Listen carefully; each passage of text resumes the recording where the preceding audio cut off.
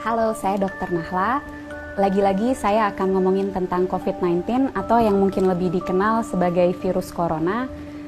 Mudah-mudahan belum pada bosan dan jangan sampai bosan dulu karena banyak sekali informasi sekarang yang beredar, belum tentu betul, masih banyak hoax-hoax yang harus dibasmi, dan bagi teman-teman yang bisa mendapatkan banyak informasi, semoga dapat juga meneruskan informasi ini karena apa yang kita lakukan harus kita mulai dari diri kita sendiri dan kita ajak teman-teman di sekitar kita untuk melakukan hal yang sama. Yang mau kita bahas dan mau saya tekankan sekali lagi adalah bahwa virus corona ini atau yang dinamakan virus SARS-CoV-2 ini adalah virus yang sangat baru. Apa dampak dari fakta bahwa ini adalah virus yang baru? Yang pertama, berarti kita belum tahu pasti sifat dari virus ini. Yang kedua, kita belum tahu pasti efek dan berapa lama efek yang akan disebabkan oleh virus ini. Yang ketiga, belum ada obat yang betul-betul efektif untuk melawan virus ini. Yang keempat, belum ada vaksin yang bisa mencegah seseorang untuk tidak terinfeksi virus ini. Jadi itu yang teman-teman harus selalu ingat. Informasi ini bukan untuk membuat teman-teman panik, tapi untuk membuat teman-teman lebih waspada bahwa memang apa yang sedang kita hadapi ini betul-betul nyata. Dan bersama-sama kita bisa mencegah penularan virus ini lebih luas. Secara umum ketika virus masuk ke dalam tubuh kita, gejala yang ditimbulkan itu mirip-mirip. Demam, sakit kepala, lemah, letih, lesu, pegel-pegel, seperti itu. Bagaimana dengan virus yang masuk spesifik langsung ke infeksi saluran pernafasan? Ada pilek, hidung meler, hidung tersumbat, nyeri tenggorokan, batuk, sesak nafas, nyeri dada. Gimana dengan virus SARS-CoV-2 atau virus corona?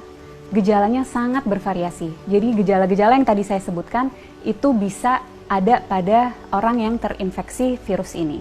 Dan juga jumlah gejala yang timbul itu juga bervariasi. Apa sih yang menyebabkan gejala ini sangat bervariasi? Daya tahan tubuh masing-masing orang. Jadi kalau kita nih yang sebagai anak muda, sehat, nggak ada penyakit, daya tahan tubuhnya baik, kemungkinan gejala yang kita alami ketika kita terinfeksi virus ini sangat ringan atau bahkan sama sekali tidak ada gejalanya. Sekali lagi saya tekankan, orang dengan daya tahan tubuh yang baik itu bisa tidak ada gejalanya walaupun virusnya sudah ada di dalam tubuh kita. Dan orang dengan daya tahan tubuh yang baik, dia mampu menyembuhkan dirinya sendiri. Karena pada dasarnya virus itu memang self-limited disease. Jadi daya tahan tubuh kita sendiri bisa membasmi virus itu. Bagaimana dengan orang-orang dengan daya tahan tubuh rendah? Tentunya akan dapat mengalami gejala yang lebih berat. Bisa sampai sesak nafas, bahkan bisa sampai menyebabkan kematian. Siapa saja sih orang-orang yang kita tahu daya tahan tubuhnya rendah? Yang pertama, orang tua yang usianya di atas 60 tahun. Yang kedua, orang-orang dengan penyakit penyerta. Penyakit penyerta itu apa? Jadi penyakit yang biasanya lagi-lagi ada di orang tua.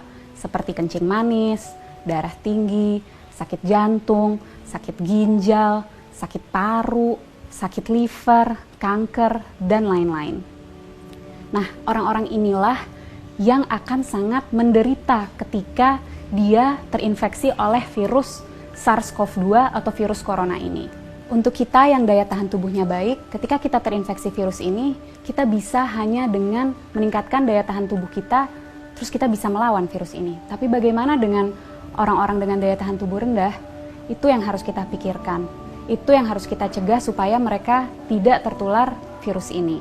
Jadi, apa yang bisa kita lakukan untuk membantu mereka-mereka yang daya tahan tubuhnya rendah?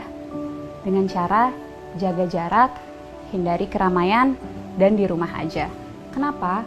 Karena virus ini yang paling kita takutkan dan sudah kita tahu dari virus ini adalah penyebarannya yang sangat amat cepat dan lebih mudah dan lebih cepat di tempat-tempat keramaian.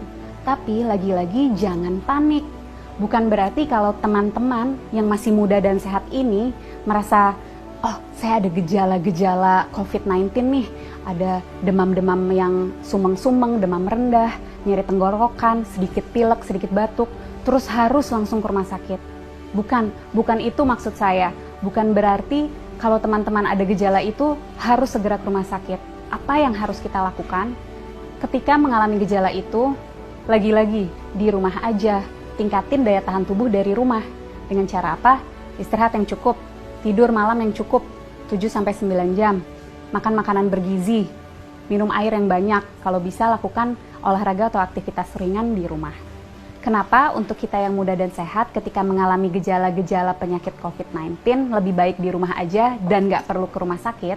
Karena kita mau memastikan bahwa rumah sakit itu tetap tersedia untuk mereka yang betul-betul membutuhkan. Orang tua, orang dengan daya tahan tubuh yang rendah, dan orang-orang muda yang mengalami gejala berat seperti sesak nafas. Mereka itulah yang harus segera ke rumah sakit. Jadi kita pastikan rumah sakit memang untuk mereka yang membutuhkan. Kalau kita bisa di rumah aja. Bagaimana dengan kita yang tidak ada gejala? Sebaiknya tetap jaga jarak, hindari keramaian, dan di rumah aja. Kenapa? Karena seperti yang tadi sudah sempat saya jelaskan, orang dengan daya tahan tubuh baik bisa jadi tidak menimbulkan gejala apapun. Jadi kalau dari luar dia terlihat sehat, belum tentu tidak ada virus itu di dalam tubuhnya. Dan orang-orang tanpa gejala ini tetap bisa menularkan ke orang lain. Melalui apa? Misalnya, kita lagi ngobrol-ngobrol sambil makan, dia tersedak, batuk, virusnya banyak di situ. Atau lagi di mobil bareng, AC-nya kenceng banget, kedinginan, dia bersin, virusnya ada di situ. Penting untuk kita jaga jarak 1 meter untuk memastikan droplet yang keluar melalui batuk ataupun bersin tidak terkena pada kita. Penting sekali untuk kita untuk selalu cuci tangan dengan cara yang benar dan sering-sering untuk memastikan jika secara tidak sengaja kita menyentuh droplet itu, kita bisa membersihkannya. Dan yang juga penting, jangan menyentuh wajah dengan tangan kita yang belum bersih. Kenapa? Karena virus akan lebih cepat menyebar, lebih cepat masuk melalui mukosa mata, hidung, dan mulut.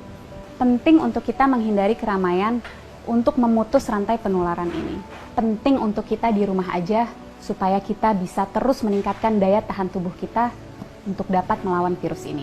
Bagaimana untuk kita yang tidak bisa di rumah aja, terpaksa harus bekerja di luar atau harus pergi keluar, tetap usahakan untuk menjaga jarak. Jaga jarak 1 meter dan usahakan sebisa mungkin menghindari keramaian. Jangan lupa untuk selalu menjaga kebersihan dengan mencuci tangan yang bersih. Kalau tidak bisa menemukan air dan sabun, kita bisa menggunakan sanitizer. Para peneliti, dokter-dokter, farmasis, tenaga medis, dan semua sedang berusaha mati-matian untuk mencari obat dan vaksin dari virus ini. Mari kita berperan membantu mereka dengan cara jangan panik tapi tetap waspada. Kita jaga jarak, hindari keramaian, dan di rumah aja. Nggak perlu ke rumah sakit kalau gejalanya ringan. Pastikan rumah sakit tersedia untuk mereka yang membutuhkan, orang-orang tua, orang dengan daya tahan tubuh rendah, dan orang-orang dengan gejala yang berat seperti sesak napas. Yuk teman-teman, kita bareng-bareng lawan virus SARS-CoV-2 ini. Dan untuk teman-teman medis, tetap semangat.